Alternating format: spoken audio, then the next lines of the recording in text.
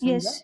तो यस। भगवान जो सुकृति है वो देखो कि भगवान का प्रसाद खाने से, या भगवान, जैसे आपने पूछा भक्ति उन्मुख सुकृति क्या है, तो भगवान का प्रसाद खाने से, या भगवान के दर्शन लेने से, या भगवान के भक्त से कुछ सुनने से, या भगवान का नाम गलती से भी जप करने से, या किसी ने मजाक में भी ले लिया, तो उन सब चीजों से क्या होता है, भक्ति उन्मुख सुकृति थोड़ी थोड़ी बढ़ती जाती है। फिर वो एक लेवल तक आ गई तो फिर उसको भगवान उसको चांस देते हैं भगवान की भक्ति। तो कैसे ना कैसे करके भगवान के भक्तों के संपर्क में आएगा, या उसको खुद भगवत गीता या किसी ऐसे आध्यात्मिक बुक के संपर्क में आएगा, या किसी साधु के संपर्क में आएगा, और उसकी भक्ति वहां से शुरू होगी।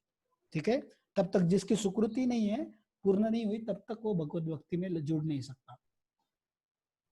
यस। ओके। सुकृति मतलब, ओके, सुकृति मतलब क्या है कि जैसे देखो पुण्य होता है, तो पुण्य क्या करता है, आपको अच्छे फल देता है। जैसे स्वर्ग में अगर किसी किसी ने पुण्य किया तो उसको स्वर्ग में बहुत सारे आनंद करने को, आनंद की प्राप्ति होगी, उसको बहुत सारी सुविधाएं प्राप्त होगी। सुकृति से क्या होता है कि अगर सुकृति मतलब वो हमारा हम लोग देखते हैं कि जैसे सुकृति मिलने से क्या होगा, हमें धीरे धीरे भगवान की भक्ति की प्राप्ति होगी। भगवान की भक्ति हम लोग सुकृति मिलेगा तो जैसे कि हमें प्रिलिमिनरी क्वालिफिकेशन है ना। जैसे कि हम देखते हैं कि नीट के लिए एक क्या होता है, देखते कट ऑफ होता है, कट ऑफ क्लियर किया तो वो क्या होता है, मेडिकल कॉलेज में एडमिशन लेने के लिए एलिजिबल है।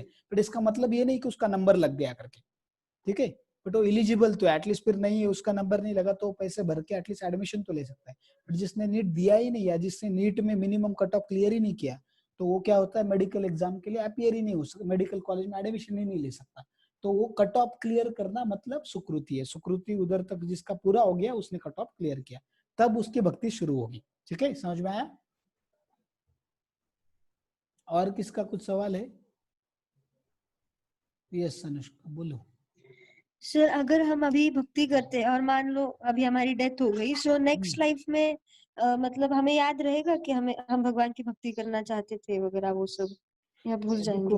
देखो क्या होगा कि उसमें बताया गया कि अगर हमने अभी इस जन्म में अगर हम भगवत धाम नहीं जा पाए, हमारी भक्ति पूरी नहीं हुई, अगर 70% हो गई, तो अगले जन्म में 71 से स्टार्ट होती है। तो वो जो व्यक्ति है उसको क्या करते हैं, भगवान दो जगह पे जन्म मिलता है उसको। एक तो बहुत रईस फैमिली में जन्म मिलेगा उसको, तो उसके पास बहुत पैसा वगैरह सब कुछ चीजें होगी, और अब उसका सारी चीज, शरीर अच्छा होगा, ठीक है, उसको शारीरिक व्याधि नहीं होगी, उसको बहुत रईस रहेगा वो। और तो उसको क्या है कि भौतिक चीजें के लिए, भौतिक जो जरूरत है उसके लिए कुछ मेहनत करने की जरूरत नहीं पड़ेगी, तो उसके पास बहुत समय रहेगा।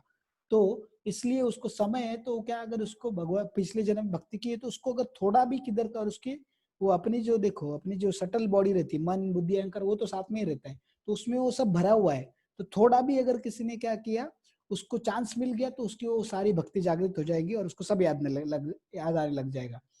जैसे कि कुछ लोग होते हैं कि वो, उनको थोड़ा मौका मिला, उनको भगवान के बारे में पता चल गया, भक्ति के कांटे में तुरंत 16 माला चालू कर देते हैं, और तुरंत वो भक्ति में ऐसे जुड़ जाते हैं कि वो कई सालों से, क्योंकि वो पिछले जन्म का रहता है उनका, तो वो उनको याद आने लग जाता है धीरे धीरे। फिर उनको और श्लोका भी तुरंत याद हो जाते हैं, और थोड़ा भी पढ़ लिया तो उनको सारा ज्ञान भी आने लग जाते हैं, क्योंकि वो पिछले जन्म से उनके अंदर है, वो कभी नष्ट नहीं होता। और उसके उदाहरण है गजेंद्र है। गजेंद्र देखते हैं हम लोग कि गजेंद्र बीच होता है, इंद्रदुम्न महाराज है, फिर भरत महाराज, ऐसे बहुत सारे वो बड़े बड़े पास टाइम्स है, मैं कभी और बताऊंगा। तो ये तीनों एग्जाम्पल है, उनको पिछले जन्म में उन्होंने भक्ति किया था, बट उनको दूसरे जन्म में याद आ गया। वो तो, हम तो इंसान बनेंगे अगर भक्ति करते, तो वो तो हिरन बने थे, गजेंद्र तो हाथी था।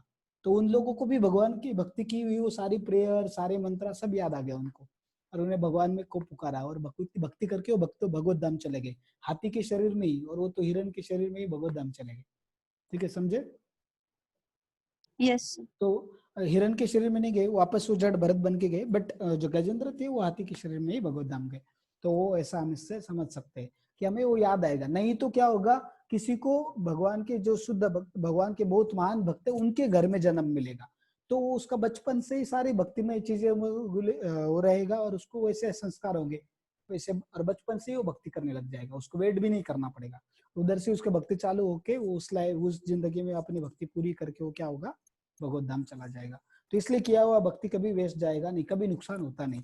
और भगवान की भक्ति अगर हमने चालू की तो हम भगवान को छोड़ेंगे, बट भगवान कभी छोड़ते नहीं। देखो जैसे कोई बॉटल में अगर देखो तुम, अगर कोई बहुत बड़ा अगर तुम लकड़ी डाल दोगे, तो वो क्या होगा अंदर, तो अगर तुम कोई रॉड, जिसको अगर सपोज रॉड है, बट उसके अंदर जैसे इसको वो क्या रहता है, मंकी पता है मंकी को कैसे पकड़ते पता है तुम्हें? वो एक मटका रखते हैं और उसके अंदर दाने रखते हैं, तो वो हाथ अंदर डालता है तो अंदर हाथ अंदर तो जाता है बट वो क्या रहता है मुट्ठी में दाने पकड़ लेता है, वो ग्रेन्स को पकड़ लेता है। तो बाहर निकालने तो अभी मुट्ठी तो बंद हो गई ना, तो अभी बड़ा हो गया साइज, वो बाहर नहीं निकल पाता, बट वो दाने भी नहीं छोड़ना चाहता, उधर ही अटक के रहता है और उसको शिकारी आके पकड़ के लेके जाता है। तो वैसे ही कृष्ण, अगर हम कृष्ण भक्ति में अगर अंदर एक बार गए तो बाहर नहीं आ पाते, मतलब कि भगवान छोड़ते नहीं, हमने भी छोड़ा उनको तो भगवान उसको छोड़ते नहीं, हम भगवान भक्ति हमारी चलते रहेगी, हम छोड़ भी लेंगे तो भगवान फिर से हमें चांस देके फिर से हमें भक्ति करने का मौका मिलेगा। ठीक है, यस सर। और किसी को कोई सवाल है? चैट में भी टाइप कर सकते हैं या डायरेक्टली भी पूछ सकते हैं। यस, स्टार्टिंग में सबसे पहले कोई तो कुछ तो बोल रहा था, आवाज सुनाई दे बट मेरे को कुछ समझा नहीं, कोई बताए कौन बोल रहा था पता है? शायद वैष्णवी थी, वैष्णवी है क्या?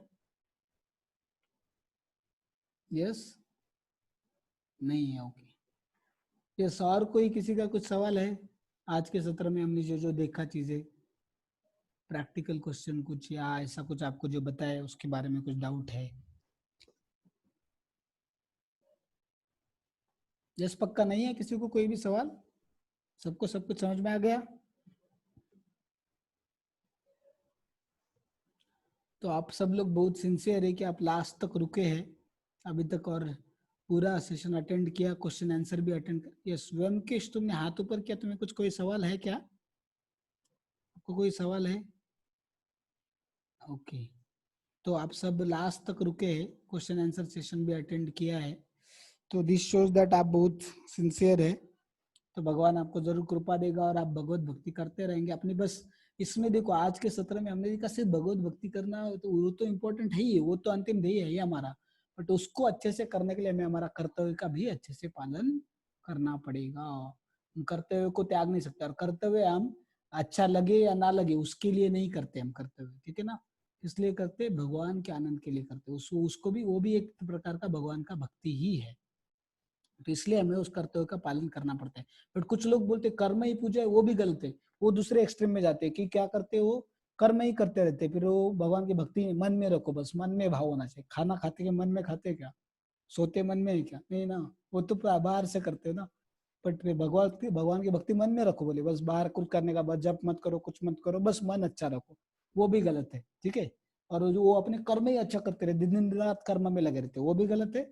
और दूसरा ये है कि कुछ लोग सब कुछ छोड़ छाड़ के ना कुछ देर भक्ति करते हैं और फिर बाद में भक्ति भी नहीं करते और अपना कर्तव्य भी नहीं करते, वो भी गलत है। भगवान की भक्ति पूरा अपना कर्तव्य का त्याग कौन कर सकता है? जो 24 घंटे भगवत भक्ति में जुड़ सकता है और उसको अपने किसी शारीरिक सुख का कोई चिंता नहीं, उसको खाने को नहीं मिला, भूखा रहा तो भी वो भगवान का नाम का जप कर सकता है, भगवान की सेवा कर सकता है। और भगवान ने उसको किधर भी रखा, कुछ भी रखा, किसी ने उसके साथ कुछ भी किया, मारने की कोशिश किया, तो भी उसको कुछ फर्क नहीं पड़ेगा। ऐसा ही व्यक्ति अपने कर्तव्य का त्याग कर सकता है, ठीक है? जो रास्ते में रहने के लिए भी तैयार है, जो साधु लोग होते हैं रास्ते में रहने के लिए भी तैयार है, और भगवान की भिक्षा मांग के भी खाने के लिए तैयार होते हैं, और कभी भिक्षा मिलेगी नहीं मिलेगी, कोई उनका अपमान करेगा, वो सब सहने के लिए जो तैयार है वही अपने कर्तव्य का पालन करना छोड़ सकता है। बट उसके भी कर्तव्य होते नहीं, ऐसा नहीं, इस दुनिया में ऐसा कोई नहीं जिसका कोई कर्तव्य नहीं है, सबका अपना अपना कर्तव्य होता है। तो साधु लोगों का अपना कर्तव्य, अलग कर्तव्य होता है जैसे, ठीक है? तो उनका अलग कर्तव्य होते भगवान के जो रिलेटेड भगवदगीता भागवतम उसको पढ़े, उसको समझे, उसको जाने, लोगों को उसके बारे में बताए, उसको समझाए, और अपने जीवन में भी खुद उतार के उसका पालन करने का कोशिश करें।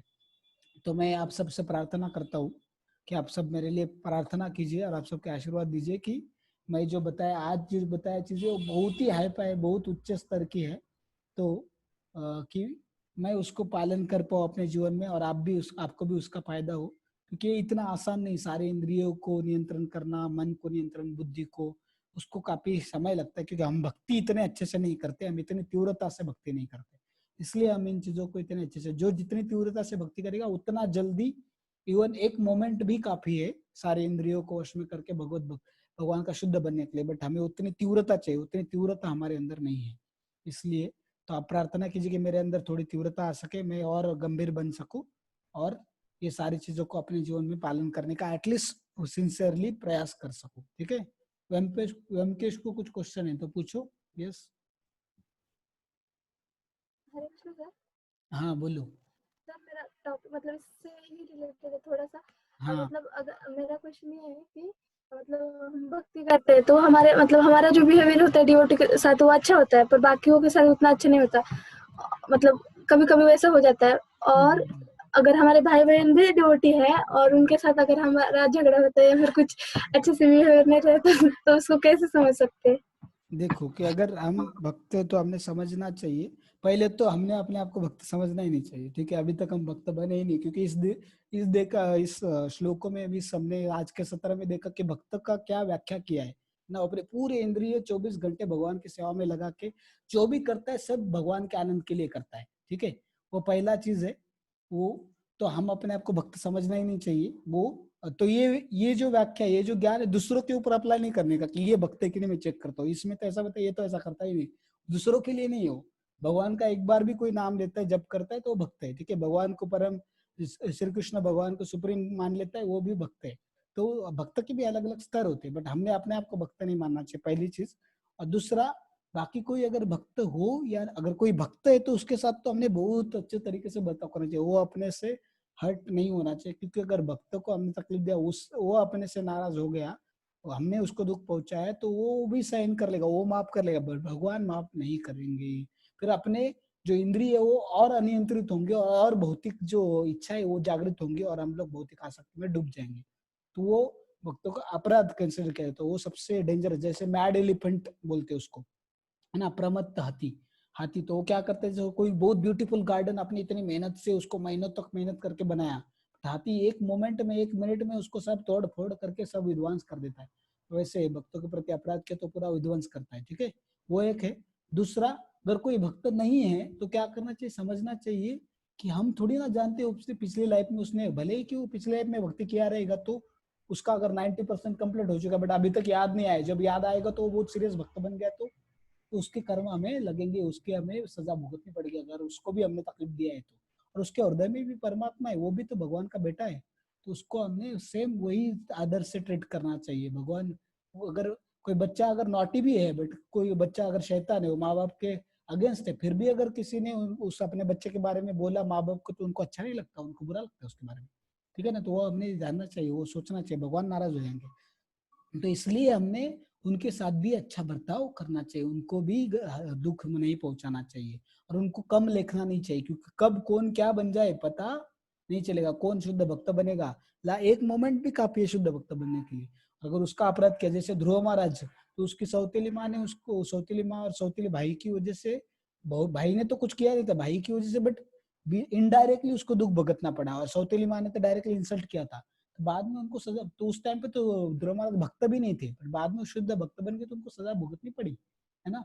उनकी माँ को भी मरना पड़ा किसी कारण की वश, और उनके भाई को भी सांप ने काटा, तो उसी की सजा मिली उनको। ध्रुव महाराज को जो तकलीफ दी थी वो। तो इसलिए हमें समझना चाहिए कि कौन क्या है हमें पता नहीं। कोई अभी भले ही दिखावा कर सकता है, प्रभुपाद जब बचपन थे तो किनको पता था कि ये शुद्ध भक्त है और ये महान आचार्य बनने वाले हैं। तो हमें पता नहीं कौन क्या बनेगा, कौन कब भक्त बन के कौन महान भक्त बनेगा, और कौन कितना उसने पिछले जन्म में भक्ति किया है वो हमें पता नहीं, इसलिए हमने जज करना नहीं चाहिए। भले ही वो हमसे बहुत अभी कुछ भी नहीं कर रहा होगा, बहुत गिरा हुआ रहेगा, बट बाद में अगर सडनली उसने भक्ति ले लिया तो बहुत महान भक्त बन गया, सीरियसली कर लिया तो हमें पता नहीं, इसलिए हमें केयरफुल रहना चाहिए, ठीक है। समझा? समझा क्या? हाँ सर, उसको अवॉइड कर कैसे सकते हैं मतलब? किसको अवॉइड कैसे कर सकते हैं? किसको अवॉइड कर सकते, कैसे कर सकते हैं? मतलब ये जो हमारी हैबिट है उस चीज को। उस चीज को हमने, अगर हमारी हैबिट पता है तो जैसे तुम्हें पता है इस रूम में सांप है, तो क्या करोगे तुम? ऐसे ही सो जाओगी क्या? कोबरा है इस रूम में पता है तो क्या करोगे? तुम्हें पता है तो तुम केयर लोगी, इधर उधर देखते रहोगी, ध्यान रखोगी। तो you should observe your mind, you should keep watch on your mind. अपने मन के ऊपर हमने ध्यान रखना चाहिए कि अरे वो इधर उधर भटकते, वो अभी मुझे पता है कि मुझे, हमें पता होना चाहिए किस किस चीज से मुझे गुस्सा आता है, तो वो चीज होने से पहले ही हमने उस सिचुएशन से निकल जाना चाहिए या उसको रोक देना चाहिए। या अगर हमें पता है कि वो चीज होने से मुझे गुस्सा आता है, फिर मैंने एक मुझे अनकंट्रोल होता है, तो फिर क्या करना चाहिए, उधर ही डिस्कशन को खत्म करना चाहिए। अभी मैं बात इस सब्जेक्ट पे चर्चा करने के मूड में नहीं हूँ, इसके बारे में हम बाद में जब मन शांत होगा तब बात करना चाहिए। और अगर बहुत बार ऐसा भी होगा कि हम कंट्रोल भी नहीं कर पाएंगे, तो एटलीस्ट बाद में जाके सॉरी बोलना चाहिए, उसको बोलना चाहिए कि मेरा ये प्रॉब्लम मैं कंट्रोल नहीं कर पा रहा हूँ, उसकी वजह से हुआ है। तो इसे अपने आप के मन के ऊपर वॉच रखना चाहिए, और हमें पता होना चाहिए कि कौन सी सिचुएशंस में हमें हमारे साथ ऐसा होता है, और उस सिचुएशन से दूर रखना चाहिए। Out of sight out of mind, तो हमने वो चीजों से दूर रहना चाहिए। वो लोगों से थोड़ा, जिन लोगों से हमें गुस्सा आता है और उनसे बहुत प्रॉब्लम होते हैं, तो उनसे हमने कम से कम इंटरेक्शन रखना चाहिए, और उनसे थोड़ा दूर रहना चाहिए, उनको दुखी नहीं करना चाहिए। ठीक है, उनके साथ ज्यादा मजाक ये वो नहीं करना चाहिए, जितना हो सके उतना। ठीक है, समझा? Yes sir. ओके, अनुष्का तुम्हारा क्या क्वेश्चन है, पूछो। सर अगर हमसे कोई वैष्णव अपराध हो जाए लेकिन हमें पता नहीं था कि ये वैष्णव अपराध होता है, बाद में पता चला, तो क्या करना चाहिए फिर उसके बाद? रिपेंट करना चाहिए, पश्चाताप करना चाहिए, वो वैष्णव को जाके माफी मांगना चाहिए।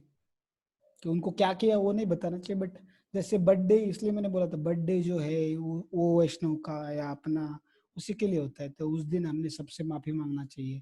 तो कुछ कुछ तो हमें पता होते, कुछ चीजें हमें पता भी नहीं होती जिससे अपने वजह से अपराध हुआ है, तो उनसे माफी मांगना चाहिए, क्षमा मांगना चाहिए, और उनको प्रार्थना करने के लिए बोलना चाहिए कि अपनी जो गलतियां है उसको सुधारने के लिए भगवान शक्ति दे, हमारा मन शुद्ध हो जाए, उनसे प्रार्थना करना चाहिए, और हम्बली अपनी गलतियां एडमिट करना चाहिए कि मैंने ये गलती किया था करके।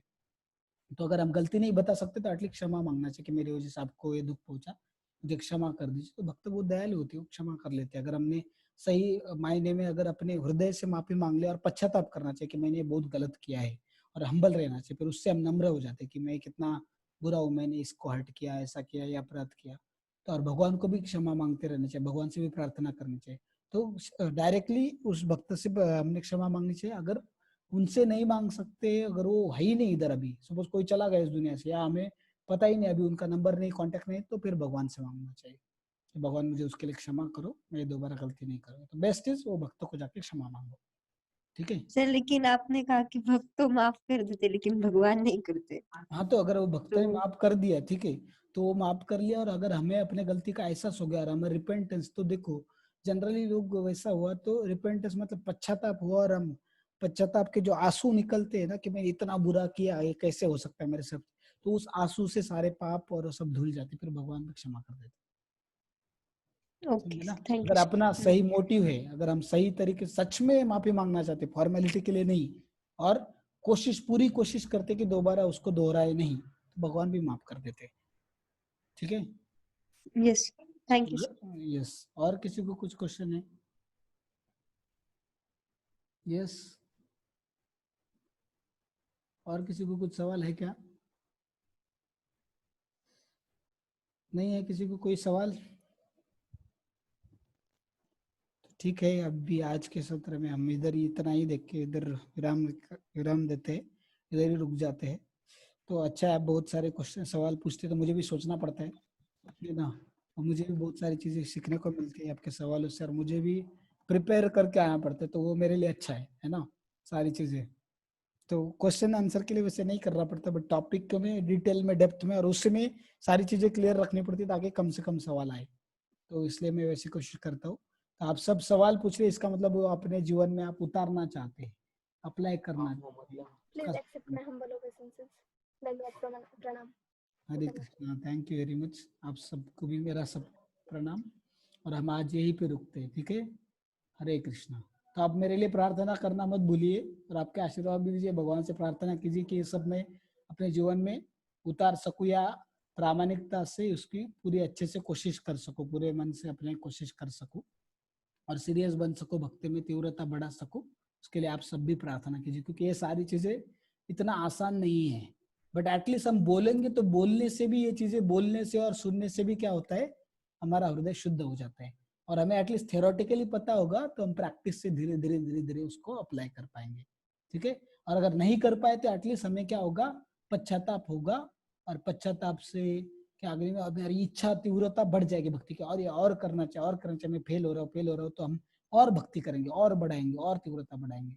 तो दोनों भी अच्छा है, इसलिए हमने ये सब करता चाहिए, बट थ्योरेटिकली एटलीस्ट कम से कम ज्ञान होना चाहिए। ठीक है।